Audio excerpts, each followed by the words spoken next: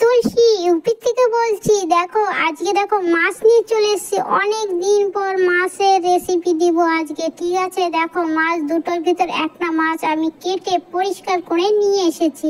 আর দেখো আজকে কিন্তু মাছ দিয়ে আমি কি বানাবো, একটা বিশাল বড় মাছ। এটা হলো কি মাছ বলে এটাকে, আমাদের ওইখানে তো এটাকে তেলাপোয়া মাছ বলে, আর এইখানে জিলেবি মাছ বলে। ঠিক আছে, আর এই মাছটা কিন্তু ওজন আছে আধা কিলো। ঠিক আছে, মাছটার ওজন আধা কিলো আছে। আর দেখো মাছটা ধুয়ে পরিষ্কার করে নিয়ে এসেছি। মশলার ভিতর কি কি নিয়েছি দেখতেই পেলে। ঠিক আছে, এখন দেখো মাছটাকে আমি কি করব, মাছটাকে এখন লেবুর রস দিয়ে আর লবণ দিয়ে মেখে আমি রেখে দেবো কিছুক্ষণের জন্য। আর দেখো লেবুর বীজগুলো পড়লে তো হবে না, সেজন্য বীজগুলো আমি হাঁটিয়ে দিচ্ছি। আর বন্ধুরা এই ফিশ ফ্রাইটা খেতে কিন্তু অনেকই ভালো লাগে, আর তোমরাও কিন্তু বাড়িতে ট্রাই করো। যখন এরকম মাছ আসবে বাড়িতে, যখন কারোর খেতে ইচ্ছা করবে না, অনেকে কিন্তু এই মাছটা পছন্দ করে না। যারা পছন্দ করে না এমন করে ফিশ ফ্রাই বানিয়ে খাইয়ে দিও, দেখো মাছের দিবানা হয়ে যাবে। ঠিক আছে না? আর দেখো ভালো করে লেবুর রস আর লবণ দিয়ে মাছটাকে মাখিয়ে আমি রেখে দেবো সাইডে। ঠিক আছে, তারপরে তো আমার যতগুলো মশলা আছে সব মশলাগুলো আমি তৈয়ার করে নেব। আর মশলার ভিতর তো আমি নিয়েছিলাম একটু ধনে পাউডার, একটু লঙ্কার পাউডার, আর নিয়েছিলাম একটু হলুদ। হলুদ তো দিতে হবে, কেন মাছে হলুদ না দিলে কিন্তু একটা আষ্টে গন্ধ হবে। ঠিক আছে, সেই জন্য দিয়ে দিয়েছিলাম হলুদ। আর দেখো আর নিয়েছিলাম একটু গরম মশলা পাউডার, একটু সবজি মশলা পাউডার, আর পেঁয়াজ রসুন ব্যাস আদা তো চাই। সেই জন্য আমি দেখো সবগুলি কিন্তু ভালো করে কেটে গুছিয়ে নিয়েছি। আর লেবুর রসটা মাখানোর এই ছিল যাতে মাছের থেকে যে একটা গন্ধ বেরোয় সেই গন্ধটা বেরোবে না, সেই জন্য আমি লেবু লাগিয়ে মাছটাকে রেখে দিয়েছি। আর লবণ লাগানোর কারণ লবণটা আগে থেকে মাখিয়ে রাখলে কি হবে, মাছের গায়ে ভালো করে লবণটা চলে যাবে ভিতর পর্যন্ত। ঠিক আছে, সেই জন্য আমি লবণ আর লেবু ভালো করে মাছের গায়ে মেখে রেখে দিয়েছি সাইডে। আর দেখো এখন মশলাগুলো করে নিচ্ছি। চলো, আদাটাও ছিলা হয়ে গেছে, রসুনগুলোও ছিলে নিয়েছি। তারপরে কি করব, একে আমি ভালো করে পেস্ট বানিয়ে নেব। ঠিক আছে বন্ধুরা, আমি কিন্তু পেস্টটা মিক্সিতে বানাতে গিয়েছিলাম, লেকিন লাস্টে মিক্সি আমাকে ধোকা দিয়ে দিয়েছে। তারপরে কি হলো, একবার ঘোরানোর পরে জানি না মিক্সিটা কি হয়ে গিয়েছে।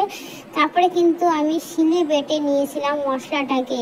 ঠিক আছে, আর বন্ধুরা এই মাছটা কিন্তু অনেকে খেতে পছন্দ করে না, যেরকম আমার ঘরে এই বাচ্চারা তো একদমই খায় না, আমিও খাই না কিন্তু এই মাছটা। তারপরে নিয়ে এসেছিল হাজবেন্ড, তখন আমি কী করবো, মাছটা ফেলে দেবো, চলে এর চেয়ে ভালো চলো এমন করে ফিশ ফ্রাই বানিয়ে দেবো যে বাচ্চারা একারে খেয়ে নেবে, পাতাবি চলবে না। ঠিক আছে, যে কি মাছের ফিশ ফ্রাই আমি বানিয়েছি। আর দেখো পেঁয়াজগুলো কিন্তু একটু মোটা মোটা করে কেটে নিচ্ছি, কেন এটাকেও তো আমি মিক্সিতে পেস্ট বানাবো না, সেই জন্য ব্যাস। দেখো মিক্সির জার নিয়ে নিয়েছি, আর মিক্সির জারে আমি একবার ঘোরানোর পরে বলেছিলাম না যে ধোকা হয়ে গিয়েছে আমার সঙ্গে। ঠিক আছে, মিক্সিটা আমাকে ধোকা দিয়ে দিয়েছে। চলো তারপরে শিলনোড়ায় বেটে নিয়ে এসেছি মশলাটাকে। এখন মশলাটাকে কি করব, আমি দেখো মশলাটা নিয়ে নিয়েছি, সামান্য দই দেবো, কিন্তু দই কিন্তু দিতেই হবে। ঠিক আছে, কেন এটা ফিশ ফ্রাই হচ্ছে। ঠিক আছে, সেই জন্য আমি দেখো একটু 2-3 চামচ একটু দই নিয়ে নিয়েছি। বেশি দইয়ের কিন্তু দরকার নেই, বেশি দই দিলে কিন্তু আবার খাট্টা হয়ে যাবে। ঠিক আছে, আর দেখো খাট্টা আমি করব না, সেই জন্য সামান্য দই দিয়ে দিয়েছি। এই যে ধনের গুঁড়ো নিয়েছিলাম সেটাও দিয়ে দিলাম, লঙ্কার গুঁড়ো নিয়েছি সেটাও দিয়ে দিয়েছি, তারপরে হলুদটাও দিয়ে দিয়েছি। আর দেখো আর লবণটা কিন্তু আমি আগে মাখিয়ে রেখেছিলাম, সেই জন্য সামান্য পরিমাণে লবণ দাও। আর দিয়ে দিলাম একটু গরম মশলা পাউডার। ঠিক আছে, আর দিয়ে দেবো একটু সবজি মশলা, সামান্য একটু সবজি মশলাও দিয়ে দেবো, কারণ এই মশলাটা দিলে কিন্তু খেতে অনেকই ভালো লাগে। তা সবজিতে দাও আর ফিশ ফ্রাই দাও, খেতে কিন্তু অনেকটাই ভালো লাগে। এই মশলাটা কিন্তু আমি সব সবজি বা যে কোনো ভুজিয়া বানালে আমি কিন্তু এই মশলাটা ইউজ করি। ঠিক আছে, আর দেখো সামান্য পরিমাণে লবণটা দিলাম, দিয়ে সবগুলোকে একটু মেখে নেব। তারপরে কি করব, এর ভিতর দিয়ে দিব একটু তেল।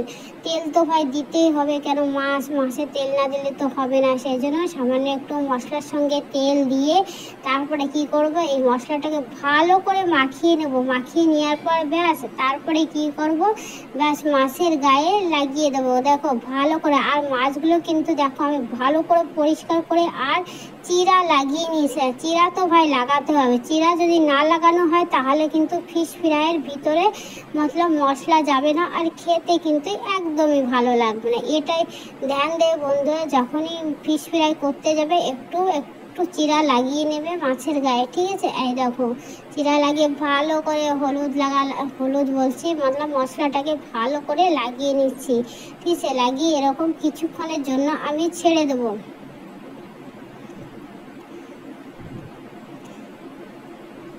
দেখো হোটেলেও কিন্তু এরকম করে ফিশ ফ্রাই একই সেম যেরকম হোটেলের ফিশ ফ্রাই খেতে হয় ঠিক কিন্তু তেমনই হয়েছিল, অনেকই ভালো লেগেছিল খেতে। তোমরা কিন্তু বাড়িতে ট্রাই করে দেখো যখন। আর আজকাল তো অনেকই মাছের দাম অনেকটাই বেড়ে গিয়েছে, সেই জন্য আর আমাদের এখানে এই মাছটা কিন্তু ভালোই পাওয়া যায়, সেই জন্য মাঝে মাঝে পাওয়া গেলে কিন্তু মাঝে মাঝে যেরকম বাচ্চারা মাছ খেতে চায় না তখন কিন্তু এই ফিশ ফ্রাইটা আমি বানিয়ে দিই।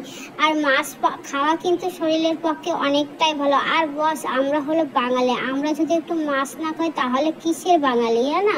তাই বাঙালিদের তো পাইলে মাছ ভাত ব্যাস এটাই চাই, ডাল ভাত মাছ ভাত। আর আমরা থাকি পরদেশে, তাও কিন্তু আমরা মাছের দিবানা আছি, কিন্তু খেতে চায় না বাচ্চারা, তাও আমি কিন্তু জোর জবরদস্তি খাওয়াতে চাই, কেন খাওয়া ভালো মাছ খাওয়া, ঠিক না। আর দেখো একটা ফ্রাই দান নিয়ে নিয়েছি, আর ফ্রাই দানে কি করলাম, সামান্য তেল দিয়েছি, বেশি তেল দেবো না কিন্তু সামান্য তেল দিয়ে তারপরে দেখো মশলাটা কিন্তু আবার উপর দিয়ে আমি ভালো করে লাগিয়ে দিচ্ছি মাছের গায়ে। যখন এক পিঠ ভাজা হয়ে যাবে তারপরে কিন্তু পাল্টিয়ে দেবো। দেখো মাছের গায়ে মশলা লাগিয়ে কিন্তু, কেন মাছটা তো অনেক বড়, আমি বলেছি না আধা কিলো ওজন হবে মাছটার একটা মাছ, ঠিক আছে। সেই জন্য আমি কী করবো, একটু ঢাকনা লাগিয়ে দেবো যাতে মাছটা ভালো করে সেদ্ধ হয়। আর দেখো মশলাটাও কিন্তু ভালো করে আমি মাছের গায়ে লাগিয়ে দিয়েছি। চলো এবার দেখো মাছটা এত বড় ফ্রাই দানে আসছে না কিন্তু, ঠিক আছে। আর দেখো এখন দিয়ে দিলাম ঢাকনা, ঠিক আছে। ঢাকনা দিয়ে এরকম ঢেকে ঢেকেই কিন্তু আমি মাছটাকে ফ্রাই করব। যেরকম 2 মিনিটের জন্য ঢেকে দিয়েছিলাম, তারপরে তুলে মাছটাকে দেখো আমি পাল্টানোর চেষ্টা করছিলাম, লেকিন মাছটা আমার একটু এই ফ্রাই দেওয়াটা না এমন মাছ ভাজো বা কিছু ভাজতে গেলে একটু চিপকে যায়, ঠিক আছে না। সেই জন্য দেখো আমার মাছটাও কিন্তু একটু চিপকে গিয়েছিল। তারপর আমি দেখছিলাম না এখনও নিচের পিঠটা ভাজা হয়নি, সেই জন্য আর একটু সময় দিয়ে রেখে দিয়েছিলাম। তারপরে কিন্তু মাছটাকে আমি ভালো করে পাল্টে নিয়েছিলাম। দেখো এক পিস দিয়েছি, এক পিঠ পাল্টানো হয়ে গিয়েছে। এখন দেখো দুসরা পিঠের অবস্থা দেখো কি অবস্থা হয়েছে, দেখো লাল লাল বিলকুল লাল লাল করে আমি ভেজে নিচ্ছি। আর মাছটাকে কিন্তু ভালো করে ঢেকে ঢেকে ভাজতে হবে, কেন মাছটা তো অনেক বড় না। তোমাদেরও যদি এরকম বড় মাছ হয় কিন্তু ঢেকে ঢেকে ভাজার চেষ্টা করো। বন্ধুরা আমার এই ফিশ ফ্রাইটা তোমাদের কিরম লাগলো একটু জানিও, ঠিক আছে। আর দেখো দেখতে যেরকম হয়েছিল বন্ধুরা, খেতেও কিন্তু দুর্দান্ত হয়েছিল, ঠিক না। তোমরাও ট্রাই করো বাড়িতে, ফির বলো। আর আমার এই ছোট চ্যানেলটিকে একটু সাবস্ক্রাইব করে দিও বন্ধুরা। আজকের মতন একটু, কালকে আর একটা নতুন ভিডিও নিয়ে আসবো। আর তোমরা কিরকম ভিডিও দেখতে চাও একটু জানিও কমেন্টের মাধ্যমে, ঠিক আছে। আর দেখো আজকে আমি ফিশ ফ্রাইটাকে কত সুন্দর করে ডেকোরেশন করেছি, কিরকম লাগছে দেখতে, ডেকোরেশনটা কিরকম হয়েছে ওটি একটু জানিয়ে দিও, ঠিক আছে। দেখো বন্ধুরা কত সুন্দর লাগছে, না। আজকের মতন একটু, কালকে আর একটা নতুন ভিডিওর সঙ্গে আসবো। বাই বন্ধু।